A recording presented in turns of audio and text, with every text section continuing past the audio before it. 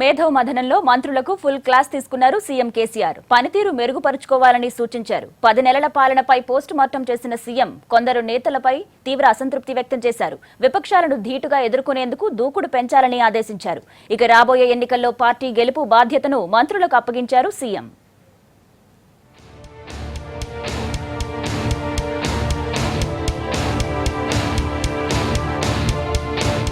క్షేత్రస్థాయిలో పథకాల అమలుపై స్కానింగ్ చేశారు సీఎం కేసీఆర్. 10 నెలల పాలనపై మేధో మథనం చేశారు.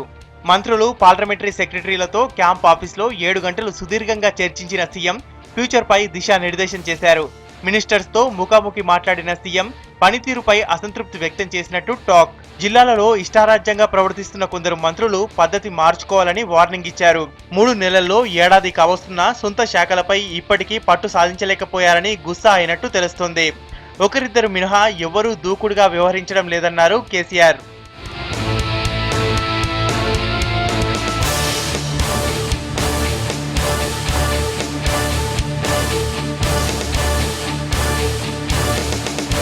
పార్టీ సంస్థాగత వ్యవహారాలు, ఎమ్మెల్సీ ఎన్నికల ఫలితాలు, రానున్న MLC elections, GHMC, greater Warangal ఎన్నికలు, మంత్రులు, నేతల మధ్య సమన్వయంపై చర్చించారు.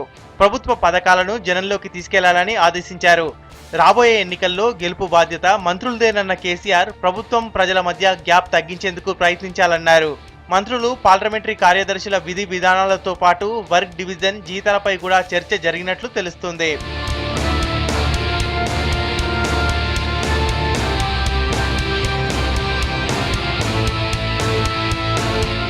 వాటర్ గ్రిడ్ పథకంపై ఫోకస్ చేయాలని మంత్రులు, పార్లమెంటరీ సెక్రటరీలకు సూచించారు సీఎం.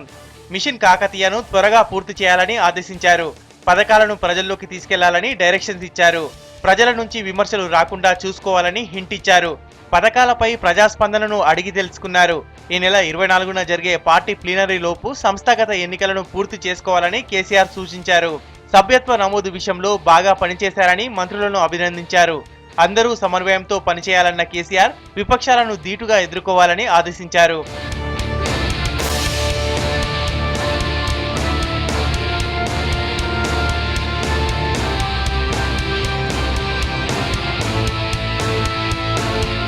గ్రామ, మండల, మున్సిపల్, జిల్లా శాఖల ఎన్నికల్లో జాగ్రత్తలు తీసుకోవాలని మంత్రులకు సూచించారు సీఎం.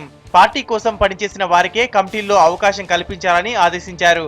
ప్లీనరీ వేదికగా ప్రభుత్వ సంక్షేమ పథకాలను ప్రజల్లోకి తీసుకెళ్లాలని డిసైడ్ చేశారు కేసీఆర్.